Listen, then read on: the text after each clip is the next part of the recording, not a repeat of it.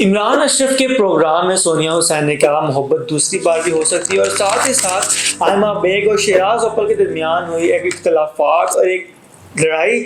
आखिर ऐसा क्या मामला पेश आया, आइए जानते हैं आज की इस वीडियो में।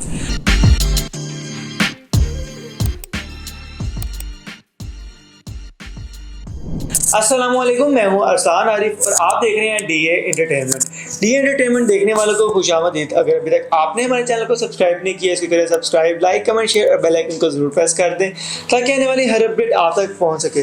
तो बात की जाएगा सोनिया हुसैन के बारे में, तो सोनिया हुसैन कोई ना कहीं कभी ना कभी ऐसी बात करती रहती हैं ताकि जिसकी वजह से वो सोशल मीडिया की जीनत बनी रहे और लोग उनको देखते रहें और देखना बंद ना करें। सोनिया हुसैन ये as a guest Imran Ashraf के प्रोग्राम में और वहाँ पर इमरान अशरफ ने जब मुझसे सवाल पूछा क्या मोहब्बत दूसरी बार हो सकती है, तो उस पर सोनिया हुसैन ने कहा जी बिल्कुल, हम मूव ऑन करके दूसरी बार भी मोहब्बत कर सकते हैं, हमें दूसरी बार भी मोहब्बत हो सकती है। अच्छा, अब दूसरी बार मोहब्बत का नाम ऐसे कोई इंसान नहीं ले सकता जब तक कि वो आगे मूव ऑन करके दूसरी बार रिलेशन में ना आ जाए, किसी और के साथ बात ना कर ले। तो यहाँ बात की जाएगा सोनिया हुसैन के बारे में, तो सोनिया हुसैन ने इंडस्ट्री ज्वाइन करने से पहले एक बहुत ही मशहूर मॉडल के साथ जो है वो निकाह किया, शादी की और उसके साथ कुछ देर स्पेंड किया। वो कहा जाता है कि इनकी फर्स्ट लव मैरिज ही थी।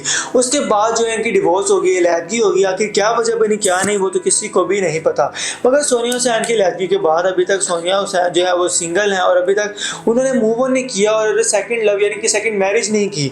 मगर अब वो जिस तरह उन्होंने इमरान अशरफ के प्रोग्राम में कहा कि हम दूसरी बार भी हमें मोहब्बत हो सकती है, हम दूसरी बार भी मूव ऑन कर सकते हैं, इसका मतलब ये कि अब उनकी ज़िंदगी में कोई ऐसा आ चुका है जिसके साथ वो बहुत जल्द निकाह करने वाली हैं और निकाह करने के बाद वो बहुत जल्द मूव ऑन कर जाएंगी आगे की तरफ और वो पीछे जो अपना निकाह पहला उसको भूल जाएंगी, पहला शौर भूल जाएंगी। शायद यही वजह जिसकी वजह से उन्होंने कहा है कि हम दूसरी बार भी मोहब्बत कर सकते हैं। असल में सोनिया हुसैन की बात की जाए तो सोनिया हुसैन बहुत देर से लोग क्या कहती है कि मैं बहुत देर से इसलिए निकाह नहीं कर पा रही, इसलिए शादी नहीं कर पा रही क्योंकि मैं अपनी इंडस्ट्री में अपने कामों में इतनी उलझी हुई हूँ, इतनी मसरूफ़ हूँ कि मुझे अपनी शादी के बारे में सोचने का मौका ही नहीं मिलता।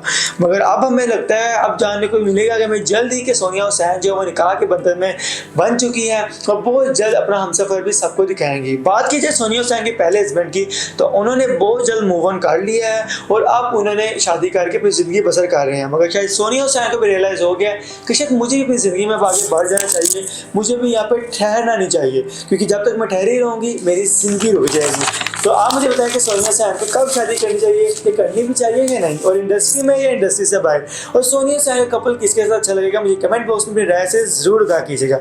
चलते हैं अपनी नेक्स्ट खबर की तरफ और बात करते हैं आयमा बेग के बारे में। आयमा बेग को आप सब जानते हैं किस तरह करके इन्होंने अपना कैरियर स्टार्ट किया, कोशिश की, कॉन्सर्ट्स किए और अपना नाम कमाया।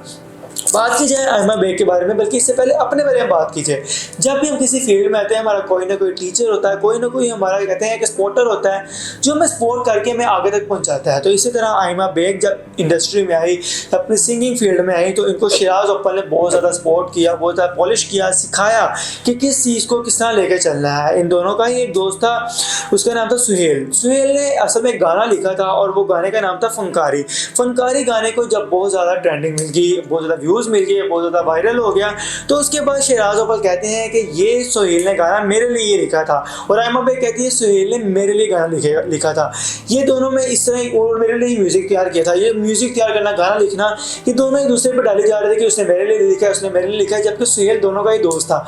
अब सुहेल की तो हो गया है इंतकाल, मगर ये दोनों में इतनी ज़्यादा बहस होगी कि उसके बाद आयमा बेग ने मूव ऑन कर लिया और कहती हैं कि मेरा टीचर शराज अव्वल नहीं बल्कि सहर अली बग्गा है, क्योंकि सहर अली बग्गा ने इनको मुकम्मल तौर पर पॉलिश किया और बताया कि किस तरह करके किस चीज़ को लेकर चलना है और कितना करके हम किस चीज़ को लेकर चल सकते हैं। कहती है सहर अली बग्गा मेरे बहुत बड़े टीचर हैं और बहुत सपोर्टर हैं, उन्होंने मुझे हर जगह पे सपोर्ट किया। अब आप मुझे बताएं, एक ही दोस्त हो और आगे दो दोस्त हो तो किसके दोस्त मानना चाहिए मुझे समझ नहीं आ रही। फिलहाल आयमा बेग ने गाना गा लिया, वो अच्छे तरीके से गाया। अब मैं शराज अव्वल को भी कहूँगा कि आप भी चलो उस गाने को दोबारा से गा लें, एक बॉय वर्जन आ जाएगा, एक गर्ल वर्जन आ जाएगा, तो यही हो सकता है, आप और क्या कर सकते हैं। बाय द वे आप मुझे बताएं कि आयमा बेग का आपको फनकारी गाना कैसा लगा, कमेंट बॉक्स में राय से ज़रूर आगाह कीजिएगा। मिलते हैं नेक्स्ट वीडियो में, तब तक के लिए अपने मेज़बान अरसान को दीजिए इजाज़त। अल्लाह हाफिज़।